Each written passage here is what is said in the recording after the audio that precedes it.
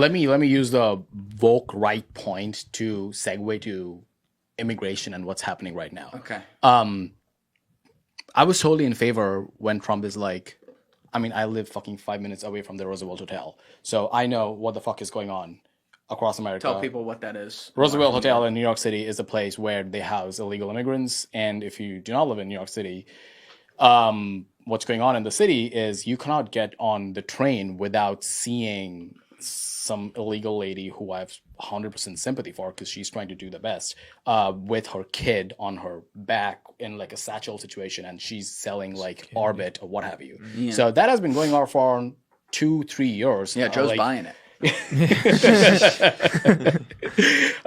But like, you see something like that and you're like, okay, something's got to break. And Trump comes in, he talks about this. We got to deport people who came here illegally, crimes, what have you. However, you are starting with fucking students in Colombia who are writing essays, not criticizing America, criticizing a different country. Yes. How is that? Like, how is that on the priority list? It's crazy. It's and unfortunately, we were also talking about this, but it's like, my second biggest disappointment with that podcast was that it wasn't 6 hours because they were just getting warmed up at 3. Oh, yeah. And they did not get to discuss these things. No, they're debating about authority. That pisses me off. They didn't get to discuss any of the intelligence aspects and intelligence wars that go on. There's certainly a huge topic that everyone in that room is versed in. And they didn't get a chance to discuss what a boomerang opposite effect what you just mentioned has on society. Yeah. When society sees, you being labeled the minute you give, in some cases, a very righteous criticism of another country, let alone your own, in what's supposed to be a free speech society, and that's being legislated, you are now going to create more of those protests that you see at Columbia University and stuff like that. You are going to create the unreasonable people to come out of the woodwork with a reasonable complaint. And I've seen this over and over again. It has the opposite effect.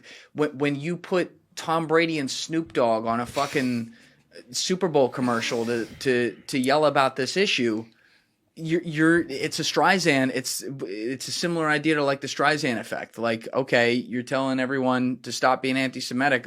99% of the people watching this have never had that thought. That has the same effect, which was the BLM lecturing effect. Took the words out of my mouth. And that is problematic because, again, like, you want to talk about free speech. Once again, does it piss me off that kids in school burn flags, what have you? Yes.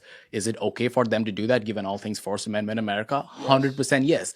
And on top of that, you're not, once again, deporting people for criticizing America. You're deporting people for criticizing a different country. Yes. What is that precedent? Why are you taking like orders from a lobbyist group for a different country? You're literally bending over backwards. And this is where I think we do have to look inward, actually. This is an unpopular opinion, but I've given it a bunch.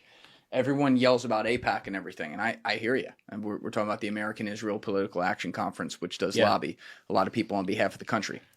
AIPAC exists to lobby on behalf of a country of whatever it is, 10 million people, to try, where they have a lot of countries around them who don't like them, right? To try to lobby for their interests. They're doing exactly what I would do in their position, and they're using our system to be able to do it. My problem is that we have not changed that system in America to not allow other countries, regardless of who they are, to interfere with our politics. We have to have a serious conversation about why have we not done legislation? And immediately people will say because AIPAC's paying everyone and they'll fucking get him out of office if they vote against this. I don't think that's actually true anymore. I think we've seen, for example, like Thomas Massey's come out and been insanely against AIPAC in Israel. They pumped whatever it was. I don't want to give a number, but it was millions of dollars into a campaign against him. And his numbers went up, right? I'm not saying that's going to happen across the board, but like, we need to have a serious conversation about why we let that kind of thing happen here, because they're going to keep doing that to try to protect the interests of their country.